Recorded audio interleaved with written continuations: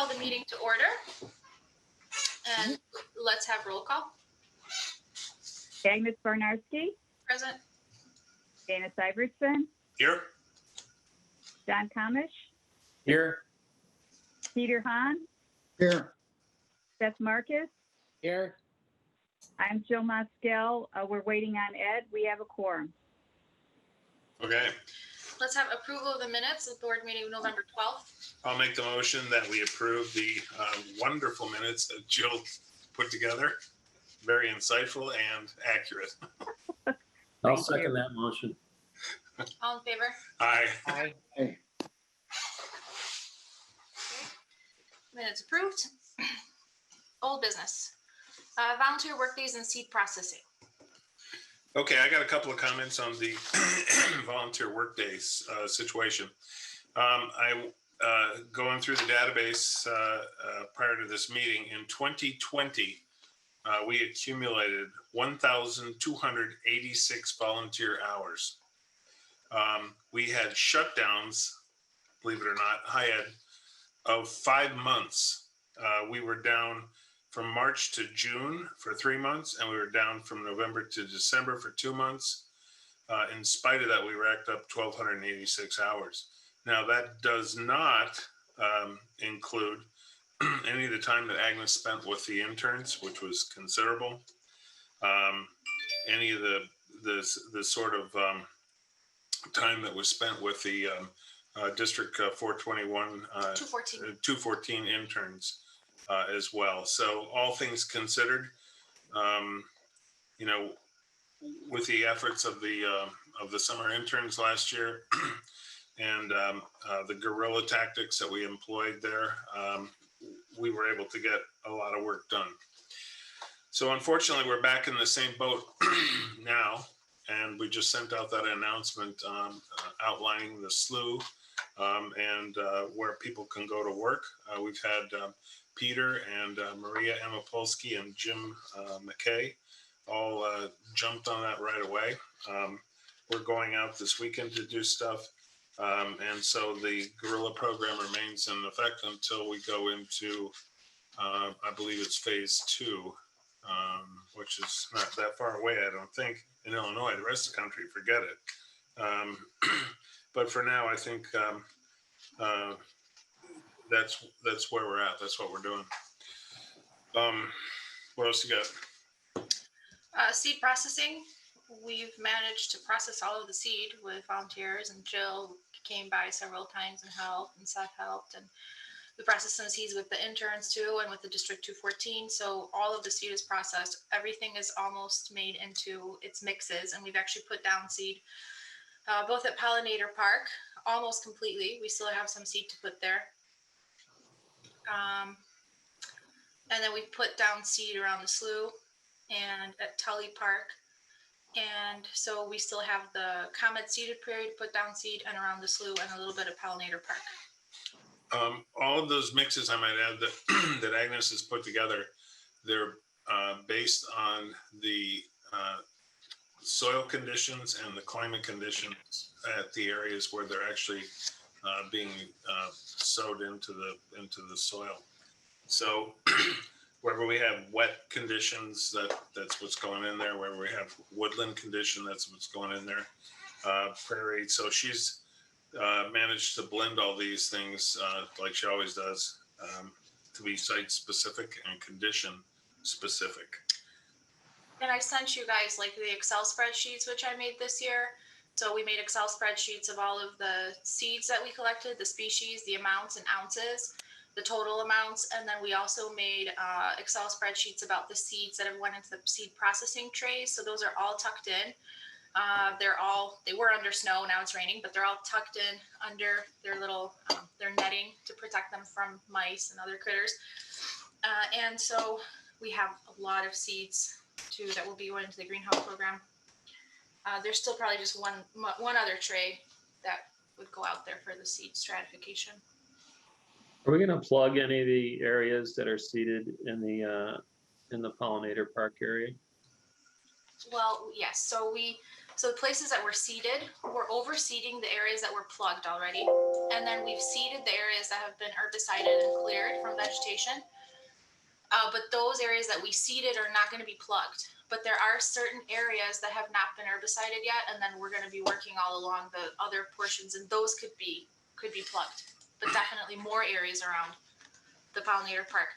But as far as the areas that we're seeded in, just seeded, we don't want to disturb that. So we put down a lot of seed, and actually Seth came out with his son, and we put down, I mean, I have the amounts in the spreadsheets. I can't tell you offhand, but we put down a lot. We overseeded, definitely. It was like 10 pounds per small area. And these are mixed seeds, correct? Correct. And I think There's what, like 43 species? No, I don't know. I don't have the spreadsheets in front of me, but I emailed you guys all the spreadsheets and exactly what went into Pollinator Park and which area. So I drew a map of the different locations, like A, B, C, D. I labeled them, and so each area has different seed mixes that went in there. And basically, the things that we're overseeding into the plugged areas are grasses mostly, just to kind of boost it up a little bit. And then some rare species of plants like gentians and things like that. Also, I can add to that in terms of like all the greenhouse sort of issues. Last year, we plugged 7,822 plugs into all the projects. We have a database that manages all that. So when Agnes and the interns or whoever's going to be working that day, they take an inventory going out of the species and the species count. They produce that onto a fixed asset sheet, and then they give that back to me, and I input that into the database. So, for instance, if we wanted to know how many Carrick's shortiana we planted in 2020, we can do a search on it and find out, and then know exactly where it went. Where and how many. So that database is really, it's golden. And we haven't done that before. We've just sort of plugged. I mean, I know where we've plugged it, but it's, the memory can only go so far as how many species. And we're doing the exact same thing with volunteer hours. So now we can search like on a specific volunteer. How many hours did they work this year? And where? Where did they work? Or how many hours went into Morava? Or how many hours went into the slough? So everything is searchable. And we're trying to convert everything over to this database system that we can put on there and keep track of. So it's nice and that's going to improve the record. And it'll also show like, how well these different species do in the certain areas, because we know how many plugs we have, and we can go back and then count, how many successful plant species we have. So that'll help us too in the future to be able to see like, well, this drier area, these plugs didn't do so well, and these did, and maybe we put more of these different species in there. Yeah, I would look to expand that anywhere where anybody can think of an application doing that sort of database. For instance, Seth, the butterfly counts. If I can make a sheet like that, if you fill out your sheet and then hand it in to me, I'll plug it into the database, and then we log all that in with location, count, and species. So it's real simple to do, really, really easy to do. And I actually forgot to mention that we'll also be putting down seed at Morava. I forgot about that. I have a separate list, a separate amount for that. What did you say? We'll be putting down some seed at Morava too. Okay. Any questions about that? Okay, Jill. No, but thank you for all your work. It's a labor of love. Do you, Jill, can you do the award presentation? You want to cover that? Certainly. We held our volunteer award and volunteer appreciation via Zoom in December. It was delightful. I also appreciated the trivia that we did. It really collaborated well with everyone. But our award went to Wendy Dewar. We noted all of her leadership efforts and management of Tully Park. And she's still very flattered by receipt of the award. So we're really happy to have her as a volunteer. I can add just a little asterisk to that. Our beloved volunteer, Carl Humbert, chimed in today and said how happy he was that Wendy was the recipient, and to wish her all the best, and he was happy for her. how many people do you remember we had at the Zoom? But there was quite a number. Yeah, it's like 21 or something. Yeah, like over 20 people that attended the Zoom meeting. And it was really nice because our interns also attended it, and it was very, very nice. Okay, go on. Anybody want to say anything else about that? Okay, moving on to the Prospect Heights Public Library Park District events. okay, so Doug Talamay was a just absolutely great event. There were 100 people plus and a waiting list to get in on the original. It was so popular that Terry ran 3 more repeats of that program as encores. Doug is just, he continues to correspond with us. He's a real fan. We're real fans, so that was awesome. Our next up is Chris Helzer on the 28th. His presentation is going to be incredible. The guy is a world-class photographer. His photographs are incredible. If you've ever read his blog, it's amazing as well. So really looking forward to him. Today, I was actually able to land the guy that I've been after for a while for the Earth Day presentation. And I think it makes perfect sense to make him the keynote speaker and sort of the highlight of the Earth Day festivities or Earth Week festivities. His name is Dan Schilling. He is from Arizona. He's the executive director of Arizona Humanities, is a PhD from ASU in literature. He's a well-published author, and I saw his presentation on Aldo Leopold, I think it was October, and it was spellbinding. It was absolutely incredible. Is that what Peter sent you? No, that's what I sent to Peter. Oh, okay. What you don't know about Aldo Leopold is crazy, and so his presentation on that, he's agreed to do his presentation. It will be on the 22nd of April. He is now an environmental ethicist, and the title of his presentation is Aldo Leopold, Founding Voice of Environmental Ethics. And it's a spectacular presentation. Here's one of Dan's books. Dan's, being in Arizona, spends a lot of time looking into environmental sustainability and indigenous practices. So part of his thesis with Aldo Leopold was that a lot of Leopold's ideas came from his work with Indians on the reservations in Arizona. And I had no idea he was out there for that long. No idea that he had done everything that he had done there. So I think this... Born and raised there, wasn't he? I'm not sure where he was from, John. I missed that part because I came into the lecture late. But he...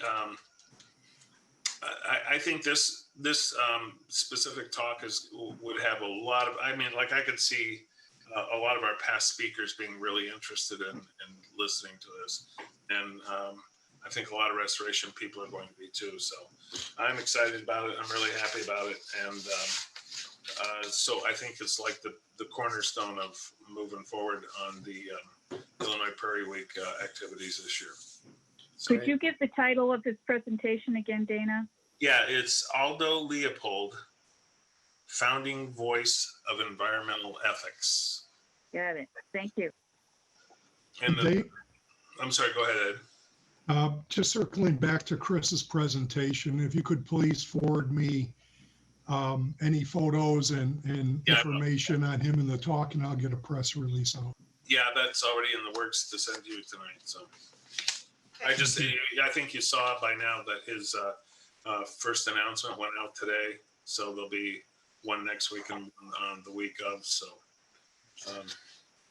Chris, I think we already have 44 signed up for Chris right now. So with some promotion, that's going to go way up too.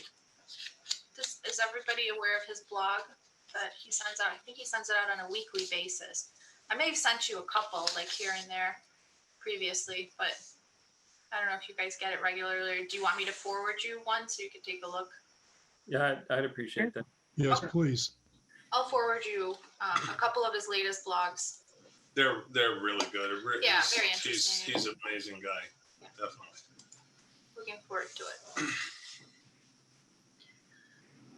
As far as other events, we're just not sure because of COVID, about Park District and all these other things. Well, we did get an email today from Marcy, and Marcy is asking if we have any plans, ideas, intentions for summer catalog for any programs from us. Outside of the bird walks, there's nothing there, unless we decide to do something virtually. I think we talked about that last summer or last year briefly about the possibility of coming up with some kind of a virtual event based on something. So I don't know if anybody's got any ideas or anything they would like to try. I think the guy up in Minnesota from the what is it? The Green Regions. He's like the organic lawn care and park district. Right. All that stuff. I believe he's interested in possibly doing an organic lawn care thing. So workshop that might be a possibility. I was going to explore that with him this week. But as far as we go, we're just waiting to see what happens. I don't know if anybody's got any ideas or anything they want to try or any sort of programs they want to foster. You can think about it. We have like 3 weeks to get back to her. Okay. Our educational stuff that we get out of Nature Speaks, that's hard to compete with. They're so darn good. I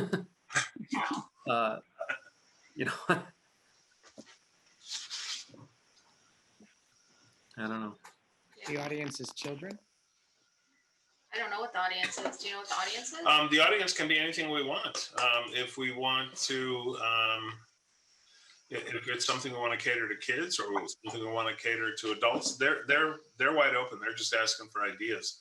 Or if there's anything we want to champion or anything we want to present to the community for enrichment, education, whatever the purposes are. So if anyone has any ideas or they have something they'd like to try, just chime in and let's do it. So, but I think at this point everything's virtual. Okay. Okay. Yeah, so get back to us. Anybody has ideas? Prescribed burns then, moving on. Yeah, moving on, new business, fall prescribed burns. So the fall prescribed burns were not successful. The weather, mostly the fuels actually. The fuels did not dry out enough. I mean, we had days where it was very windy and the relative humidity was very low. And honestly, anything should have burned, but it didn't. So, we're looking for the springtime, March, see how it goes. I'll keep everybody up to date, but also the ComEd, as far as ComEd. Yeah, I just reached out to Aaron Fogelstad and to Sarah Race, and I got an email response from them.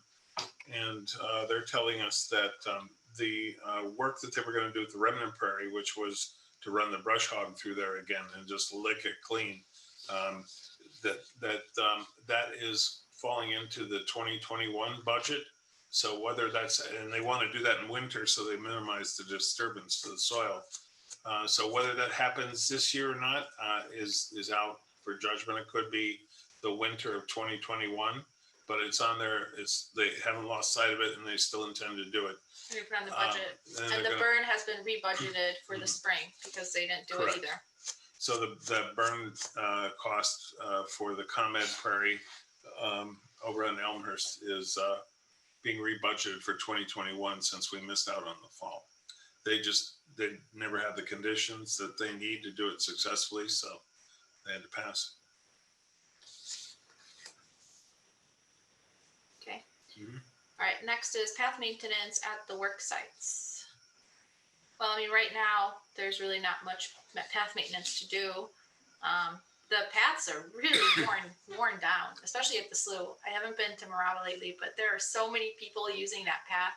Every time I'm outside, every time I walk down the path, there's someone walking and I have to get out of the way, or there's someone behind me. It's just amazing how many people are walking around the slough using that path.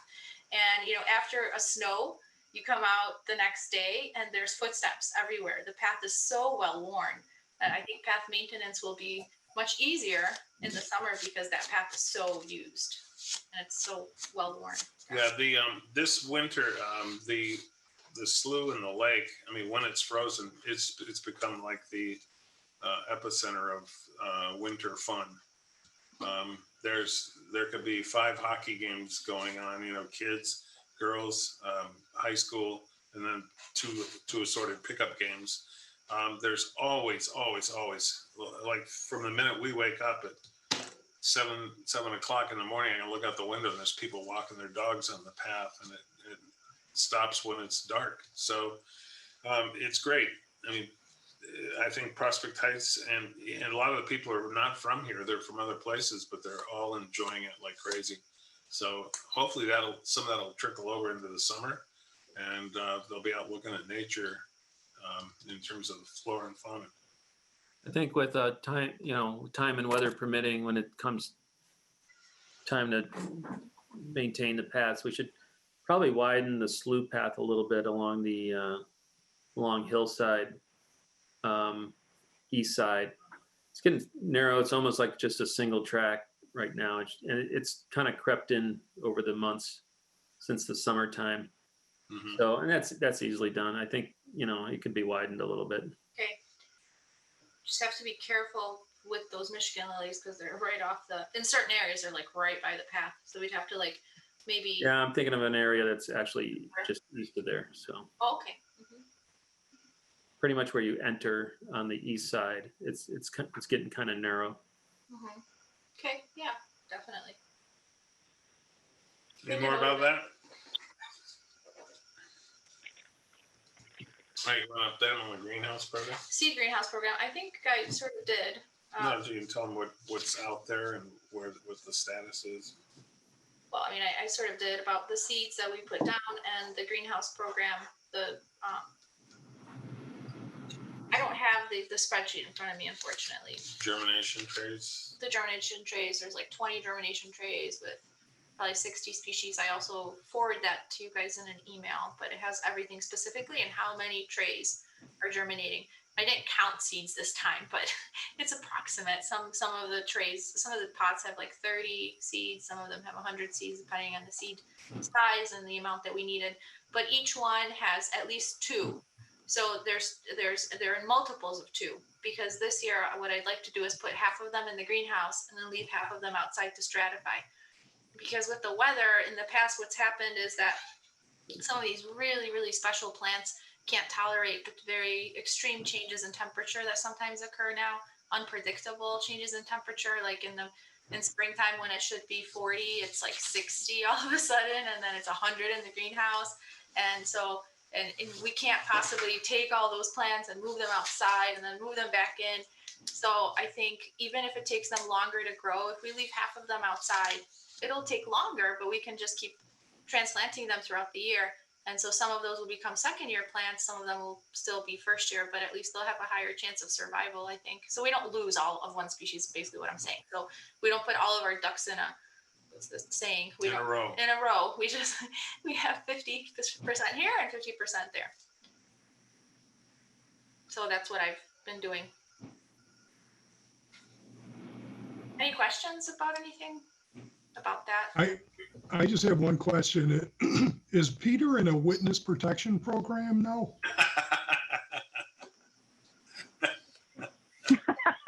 I'm good. That's good. No answer. Maybe. His voice will be jumbled. Yeah. Okay, go on. Okay, well, let's move on. Comprehensive equipment list and 2021 budget.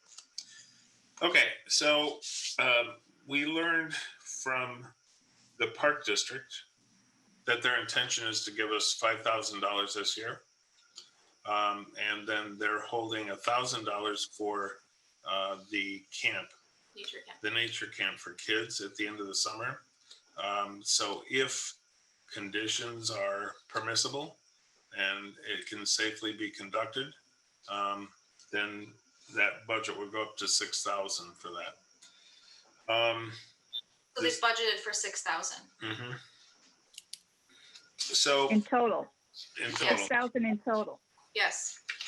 correct. But 5,000 is for covers one intern, and then whatever the difference is. 4,500 covers one intern. Correct. And then whatever's the difference is goes to operational supplies. 500 goes to operational supplies. All right. So last year, from the city, we asked for $5,547, and that's what we got. Agnes and I just went over this, and we looked at the supplies that we need and what we don't have from last year because we used them. And again, we were coming into that year with where we had really stocked up on supplies. We depleted those last year. So we're looking at this point, and we'll send out an itemized on this later. We just did this rough math here quickly. So we're asking for an additional $553. So the total ask of the city this year would be $6,100. I know that's hard for you guys to respond to without having an itemized in front of you, and I apologize for that because we just had time to do it. She just got home from work. Yeah, but So 4,500 of that 6,100 ask would be for the intern, of course. So we'd have both interns covered, and then operational supplies of roughly $2,000 for the year.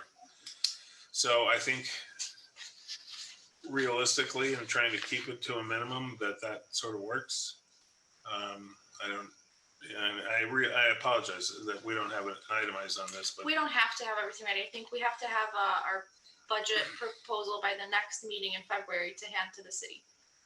Can I ask? That seems so low because I think about how we ran out of money and you guys were paying out of pocket. Have you considered that in that total? Yes. So last year, what happened was also that we were supposed to be budgeted for $6,500 from the park district, but when coronavirus hit, they because they didn't have the income coming in, they slashed our budget by 30%, and nature camp didn't happen, so that was taken away. So in reality, we got $3,850 from the park district, which is a big difference than what they budgeted for this year.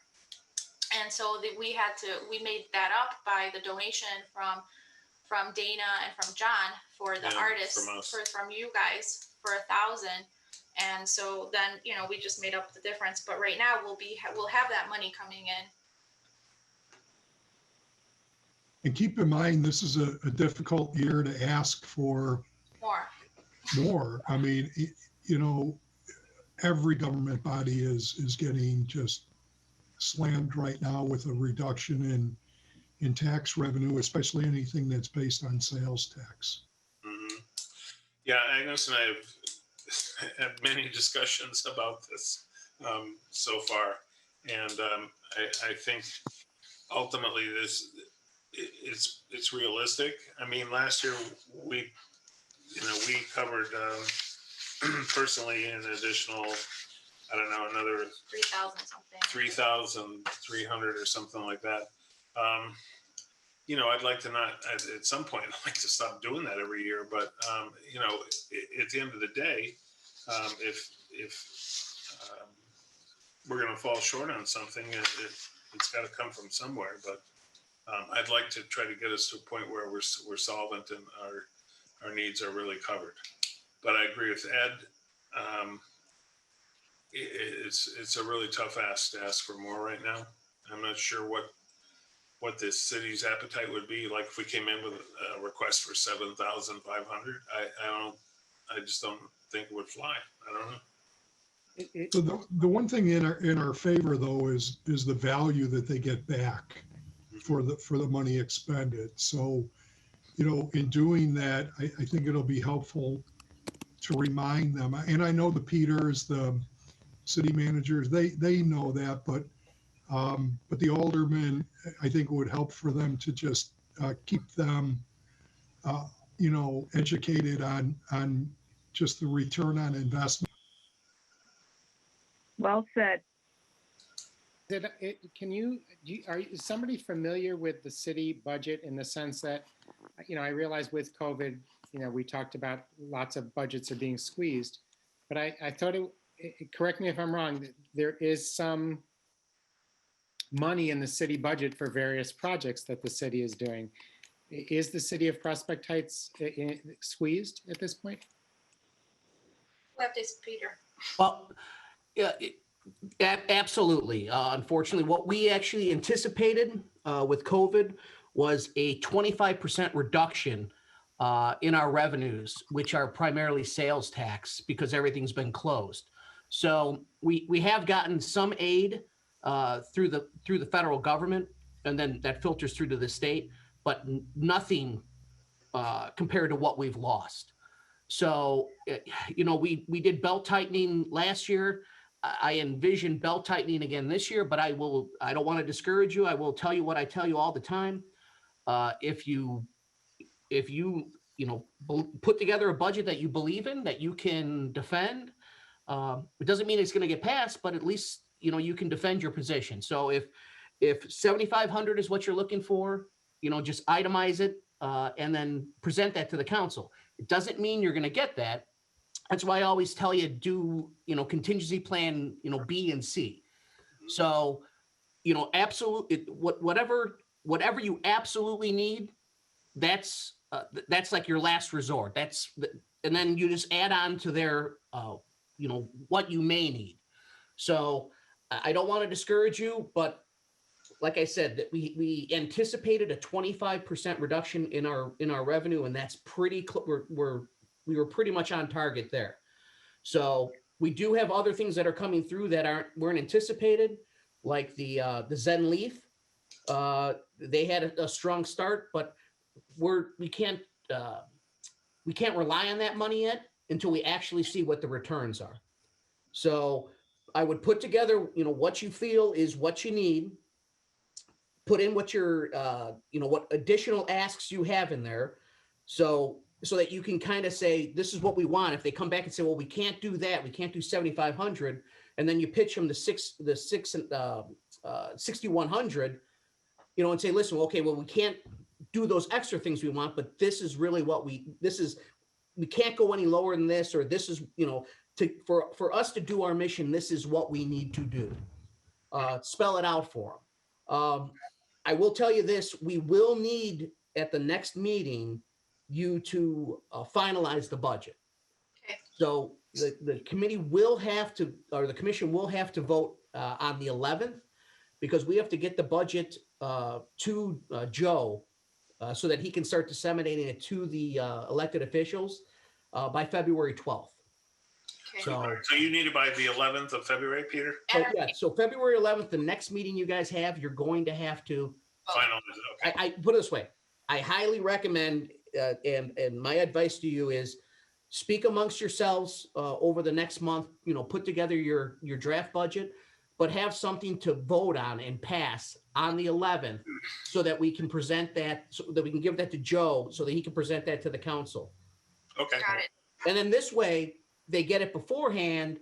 You could even start reaching out to the council, or the council can reach out to you if they have questions on why the ask went up compared to last year.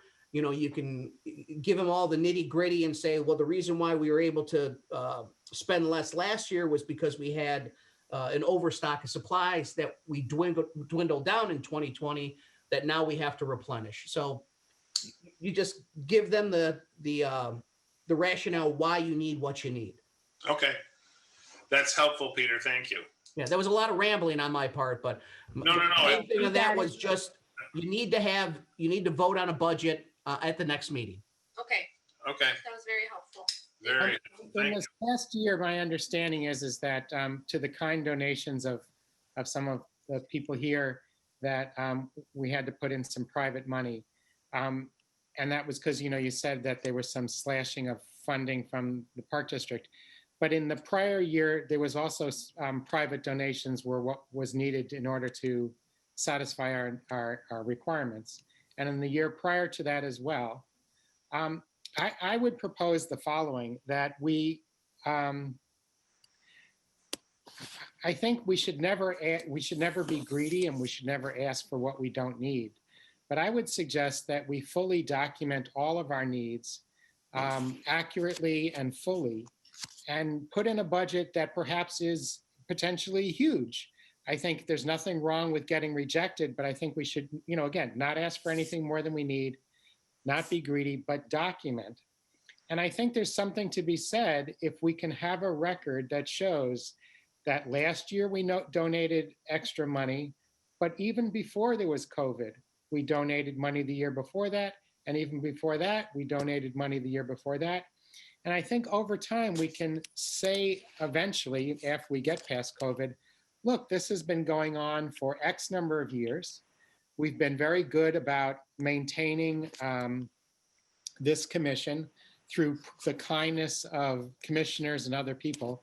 But I think at some point, and again, it's not this year because it's COVID, but I think at some point we have to say to the city, okay, we've been doing this for 3, 4, 5 years. Now it's time for the city to step up. Here's our documentation. We're not just saying this, foolishly or carelessly. We're documenting it. And I think we should document it this year with the full understanding that it might be rejected. And this is sort of piggybacking on what Peter just said. Have plan A and plan B. But I think plan A, I think we shouldn't be sheepish about asking big. In fact, I would strongly recommend, it is my recommendation, that we ask really big, only big that we can justify. I'm not saying greedy big, but I think we should not be sheepish about asking for big. And then having plan B and accepting plan B, but we need to document it year after year, what we have done, how we have sacrificed. So some year, at some point, the city of Prospect Heights and the Park District steps up and says, the Prospect Heights Natural Resources Commission is the part of the fabric of this city, and we are going to fund it fully, as we haven't done for the past 6 years. Finally, at some point, because we will have documented it for year after year after year. But we need to do that. They have been funding us every year. Well, they've been funding us, but No, not. they haven't been. They haven't. It has come out of your pocket. They haven't been funding us fully. And it came out of your pocket the year before, and it came out of your pocket the year before. And the anonymous donor paid for the interns year after year after year. They haven't stepped up. Now, at some point, they have to say either we're a valued commission, or they have to say, you guys are on your own, we'll give you a little bit, but not enough. Year after year after year, they've kindly given us some, but they have not given us enough to pay for all the supplies and to pay for 2 interns. And it's not COVID, that's an excuse. It's been year after year after year that they don't kick in enough, and it requires the kindness of people like you to make it work. And either they recognize that we're a fabric of the community that they have to support, or they have to say, you guys, we'll give you some, but you have to come up with volunteer dollars. And I think one of the ways we work at that, maybe not in 2021, but in 2022 or 2023, is we have a record that shows how we asked for this, but we only got that. Okay. And the next year we asked for this, but we only got that. Okay. And at some point they need to step up. Yeah, we have all the historical record, Seth, so that's easy to recall. I just have to add, Seth, your points are very well taken, but we do have to balance that with sensitivity to, the fiscal reality. And I'm not saying, that's not a good strategy, but I just really caution we just have to be very careful and not come in way higher than we did from last year, because I think that we'll lose credibility. I mean, we know we've been on this path with them before, and so we have kind of flushed out prior what's reasonable in terms of our ask, and I just don't want to jeopardize kind of damaging that. Now, again, it's not to say that we don't document it and do those things that you say, but I just encourage that we just balance that with some reality and understanding that if we do that, how it might negative. Well, I'd like to respond to that. And I would say that, again, when we do this ask, we should document it fully so we don't look greedy, we don't look foolish, we don't look like we're asking for what we don't need. And we should accept, especially because it's COVID time, we should accept less. But I don't think we should forever be the ugly stepchild. I don't think that there's numerous lines in the Prospect Heights budget that aren't begging year after year and only relying on the kindness of volunteer money. And the police department and various other departments don't have to beg year after year for money, and they don't have to rely on the volunteer dollars in order to survive. But we do. Now, I understand it's COVID time, and I understand we can't be greedy, but at some point we have to say the city has to recognize that we are something that they are hopefully at some point will fully support. And the only way we can do that is a record that shows why we're asking for what we're asking without being greedy.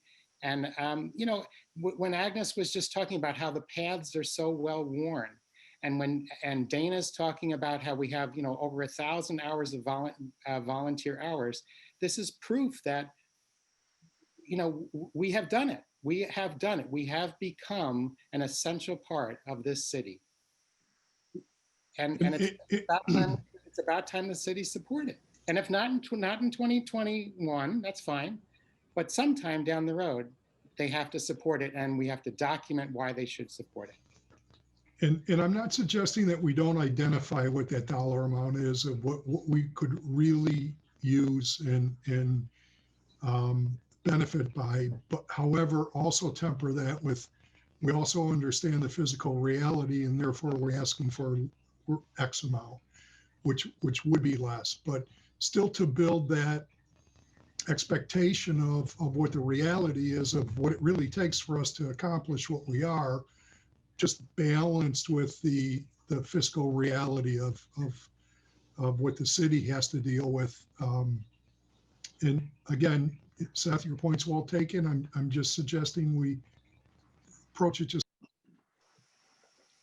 Well, I mean, I agree with everybody, and one of the things, like when you look at what the city does choose to fund, for instance, I believe there was a $41,000 allotment for landscaping for the tourist area of Prospect Heights, right at Milwaukee and Palatine Road. It's my understanding of it was that it was for landscaping for each of the 4 seasons. Okay, an investment like that is something that's temporal, and from season to season, you throw it out and put in the next season. The difference there is that everything we do is sustainable. Not only is it sustainable, but it has a specific purpose that doesn't go away. It's an actual investment in the environment. So in terms of justifying our expenses and the benefit of having made those expenditures on behalf of the environment, I don't think there's any argument there at all, but that's just me.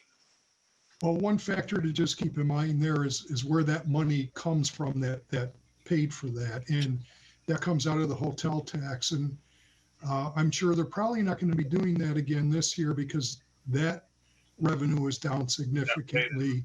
But that's what funds it. And because we're not home rule, Peter can probably explain more about this, but I believe there are some limitations that money that is generated from that has to stay within that district and be used for purposes to attract people. So that might not, Dana, I'm not arguing with your point. We're really doing a great job with what we're doing and how year to year it delivers, but we just have to be aware of the reality of where that funding came from for that specific. Okay, point taken. Ed is correct on that. Those dollars come from the tourism district, which the hotels are part of, and that's funded through a hotel tax. Unfortunately, because of COVID, no money's been generated from the tourism district. So in the past, you're absolutely right, Dana, we've spent tens of thousands of dollars on the plantings over in the tourism district. We stopped that. This year Mark Ratzko will tell you, we didn't do the plantings because we had no money coming in from the tourism district to fund it. So, and that money is specifically, Ed, you're correct, it can only be used for specific reasons in the tourism district. And we have a tourism district board that makes those decisions and presents that to the council for approval. So any monies that are spent in the tourism district actually go through the tourism district board, and then they give that to the council for approval. So there's certain monies that, because we're not home rule, can only be used a specific way, and none of those monies in the tourism district can be used outside of the tourism district, unfortunately. That's strictly because we're non-home rule. And I'm not saying we shouldn't be using more native plants that are perennials there, but that's a different thing. It's a Different topic. Yeah. Okay. All right. Right. Any more on the budget? So we'll discuss over the next 3 weeks or email. Okay. Yeah. Okay, let's move on. PHNRC Journal and the new column. Seth, do you want to talk about that? Sure. I've started a new column at the end of, obviously Dana does the lion's share of the work, of course. But I do a tiny little column that I find fun, which is about explaining the names of native species. So it's just something you'll see in every issue going forward. It's a new feature. Mm-hmm. When does the new column start? Did it start with January? It was in December. The That was second, nice work, Seth. second installment's in January. Seth, what is your byline? Seth explains the name. Yeah, if you look at the December issue at the it's the very last thing. You can check it out. Yeah. Thank you. Sure. Okay, moving on. Treasurer's report. John. Well, we pretty much discussed just about everything budget related. I sent out a copy of the budget that Peter Falcone sent me a few days ago. Just to reiterate, for the last year's budget, the city gave us $5,547.40. Parks District, we received $3,850. There are various donations. So our operating budget was $10,567.79. That was last year's, and the lion's share of that goes to paying the interns. And then there's about $1,100 that goes to supplies.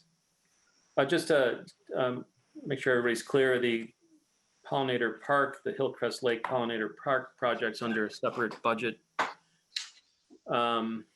in which we received $2,000 from the city with an anonymous donation of $2,000 and a ComEd grant of $4,000 for a total budget of $8,000 on that. We spent a variety of money on that, doing what we've done so far. We still have about $5,500 left to spend on that project. I suspect over time it's going to need more money than that, especially when we start talking about coconut rolls and shore restoration and all that stuff. I suspect it's going to be a lot more than that. And this might be something in the future that we would maybe request additional budgeting for from the city when the time comes. But that is yet to be seen. So we'll see how that goes. That's all I have for you. Okay. Thanks, John. If anybody doesn't mind, I want to inject a topic here. I know I should have brought that up at the beginning, but I fell asleep. we have, and what I want to talk about is interns, not necessarily the summer interns, but the District 241, 214, and a request from one of our school interns from last year, Farhat. Farhat sent us an email actually yesterday, asking if he could volunteer with a friend around the slough because he's working on some kind of a new, I think it's a scholar, it's a honor roll, something with an honor scholar thing, and so they just need basically service hours. Mm-hmm. So I told him that that'd be fine, and that I would show him the places and then lead them through the work that needs to get done. So that and work I could can supervise. the work can be accomplished as like we're doing with the gorilla. Yeah, right. Give them tools, tell them where to go, show them. He's done a lot of this because he was our summer intern partially, so he knows a lot of the work that needs to get done. And the supervision I could provide partially, and then Dana can do that too. Mm-hmm. And then today, So they will be supervised partially. Mm-hmm. partially. How old are they? 16? 16. Farhat was 16. I'm not sure if he's turned 17 yet, but he was 16 when he was an intern. 16 to 17 years old. Juniors. Okay. Go ahead on the other one. And then today we got an email from District 214. Actually, it's not just District 214. Oh yeah, right. It is District 214. It is District 214. But they have different schools within them. But they have there's 5 high schools that they go. Right. So so last year we did this fall internship with the 2 students that were Boy Scouts that had been volunteering with us. Felix and Colin. And so then we did this big Zoom presentation for the district about the program, and Colin was there and told everybody how wonderful it was. And so now we have a request for 2 more interns in the springtime. We just did that today. We just got the email today about the request. Mm-hmm. So basically what the district does is the district has this internship program, which we're part of. We're in the agriculture and environmental section, and students who are interested in doing an internship go to this reservoir of possibilities, and they look at it and they decide, hey, I'm interested in that. And then the school puts them together with us for an interview to find out if they're a good match for us, and vice versa. So this is the first inquiry. It's 2 girls. I don't know what school they go to. I don't know anything about them. We just got the request that they want us to entertain an interview with them. Obviously, if it's going to be in the winter, it's going to be tough to accomplish. they said springtime. Spring is probably works because then you can do the outside outdoor. And it's shortened. It's like 30 hours, which you work with the schedules of the students and with the mentors. So it could be afternoons or early mornings. It could be once or twice a week or 3 times a week or weekends. Or it could be on the workday. It could be on the workday. So it's very flexible. But the way it worked with Felix and Colin is that, it was because it's so short, it's very difficult not to focus almost entirely on education for them to really get something out of it. So, the amount of work that is accomplished, I guess, it's nowhere near what our summer interns do, but we also do get a lot of work, and it's very valuable to them. Well, and the real value in that is that it brings prospective future interns and for future volunteers into the sphere of influence, and you have a chance to engage them and do some prospecting. So. Well, it also meets our mission of education as well. Mm-hmm. Yep. All right. So that's all I got for that right now. I don't know any more about the meeting or anything else. As soon as we get an update on that, we'll pass that on to you. And then if you guys wanted to participate, that would be great, because Seth was very much engaged in the fall internship for the high school students. So that was nice. So if anybody wants to pick up a little bit of that, that'd be great. Okay. So moving on then, the proactive management management plan. The only thing I don't know if anybody else has got anything they want to talk about, but I'd like to get Peter to talk a little bit about the erosion at Morava. That big giant swell there that goes straight up that has the road sitting on top of it is almost gone. And at some point, I don't know whether it's this year or what or when, it's going to have to be addressed, and it's going to take the park district to be an active participant in that, because it's out of the scope of us fixing it. So, Peter, if you talk about it a little bit. Yeah, it's gotten worse, Dana, over the past 3-4 years that we've been working there. We planted in there a lot of material, and some of it is washed away. Agnes knows this, and I've seen it. I've planted in there with the volunteers, and it's unfortunate that that slope is just straight up and down in some places. Like you say, Dana, it's too much for us. It's a big project. I think the park district has to be involved. That's one thing when Seth was talking, the village has to come to our help, and also the park district. We do a lot of work on the park district, and this is a big project, and I understand they're going to be hurting too. So, and this one is solely on the park district property. Right. So I think park district probably owns it lock, stock, and barrel. But that service road that they drive up to the disposal area, notice I didn't call it a dump, is almost gone. It's eroded significantly, and it's going to continue. So at some point, somebody's gonna have to bring in a consultant and take a look at it. I believe that the park district, obviously is aware of it. I don't know what steps they've taken, but I can reach out to Christina and to Dino and see like where they are, and if they need any help from us, or maybe. Can I suggest something? Yeah. Let it go. No, it's not funny. It's a natural course of what a stream or a river wants to do. You're gonna spend a lot of time and money putting concrete in there to keep the path of that river where you want it to go. At the same time, it's eroding the one side, it's building up the other side. And this happens all the time on all our rivers, all our streams. If you walk through Deer Grove, you'll see this all over the place in there.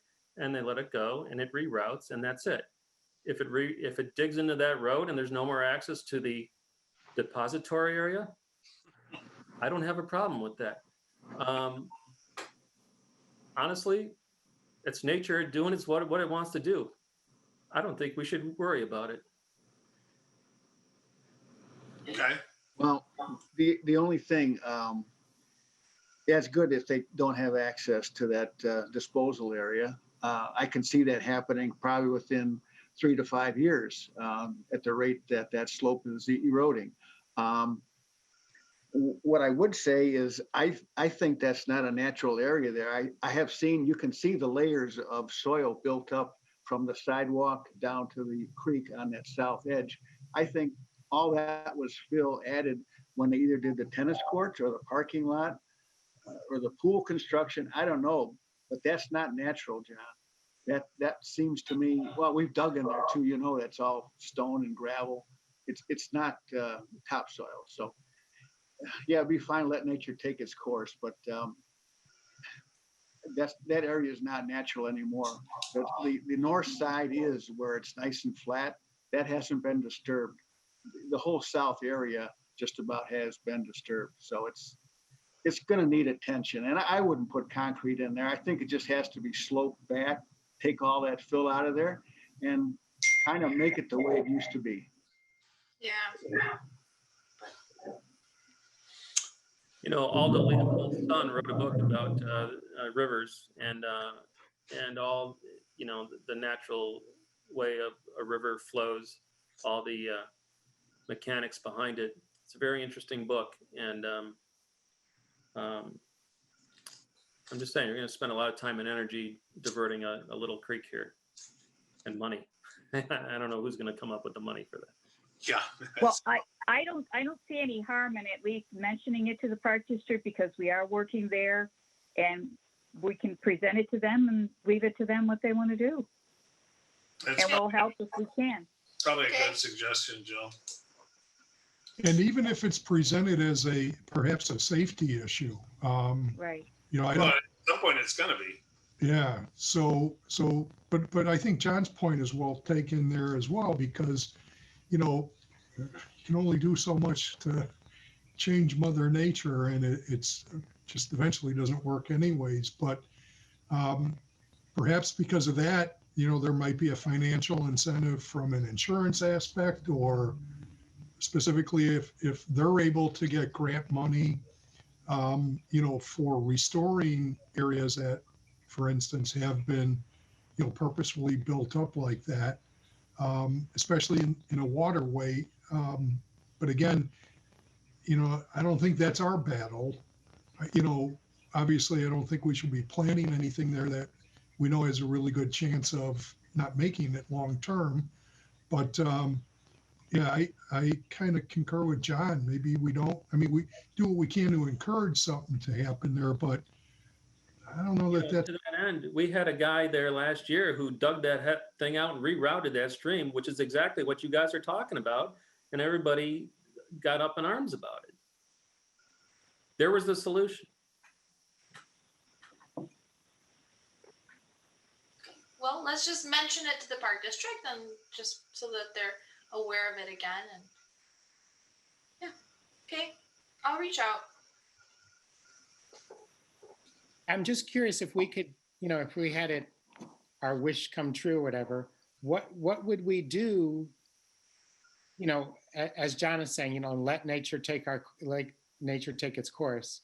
But what what do we think nature would do, and how would it relate to the parking lot? And what would we want? How would we stabilize it on the parking lot side?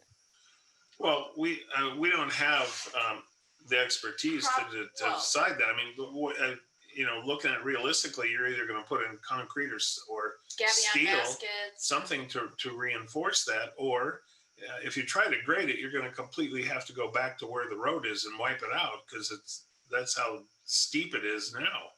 So grading it and regrading it is really not a solution. Sort of like the creek when you go down closer to Euclid and Willow River trails, where they did all the shoreline restoration. Certain areas were just so up and down and so eroded that they put gabion baskets in that one section. Yeah. MWRD did it, and then they had a grant as well to do part of the project. And then other areas, they regraded the slope, so they had that 2-to-1 slope, and then they vegetated it, and it's actually all native plantings all along the sides for 200 or 300 feet along McDonald Creek down there. Because John, I guess I'm wondering, if we let nature take its course, what would it look like, you know, 5-10 years from now? Here's what will happen. So it'll erode that side that it's eroding right now, and that will flatten out. And what will happen is it's already eroding proximal to that. And so there's another area where it's coming around the bend where it's digging in.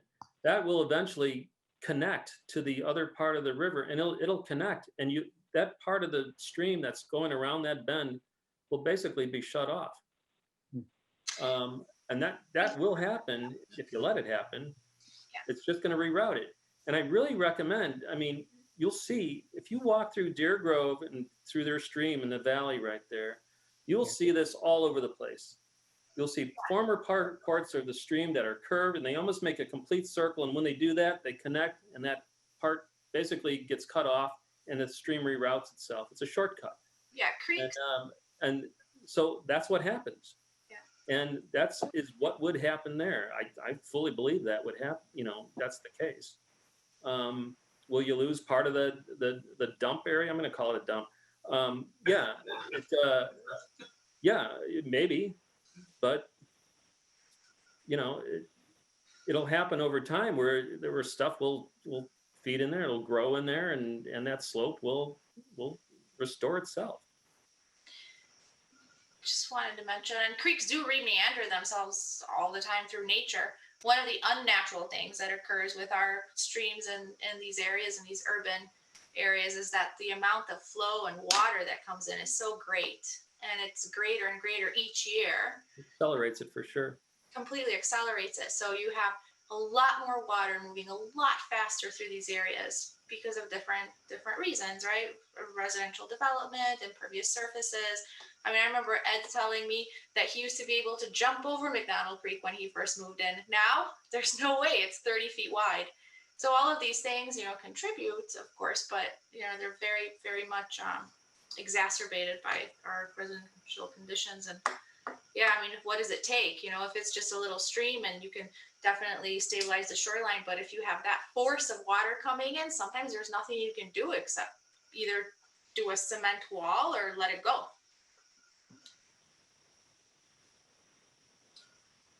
Okay. So Agnes will follow up with Dino and Christina and point the problem out, see what they want to do. Okay. Right, next is Jill, civic meeting BHNRC representation. Okay, I forwarded commissioners my meeting notes from previous Park District Board and City Council meetings. If you have any questions, let me know, and I will be updating the Park District notes once they post their minutes, just to make sure it's accurate. Okay. Jill, when is the Park District meeting? The January one is January 26th. They did have a special meeting on Tuesday evening regarding transfer of land, but the Zoom information wasn't posted with the agenda. So I don't know if that was a closed meeting or what. So I'll look to see if minutes are posted for that meeting and keep you up to date. Yeah, Jill, that meeting was a Zoom.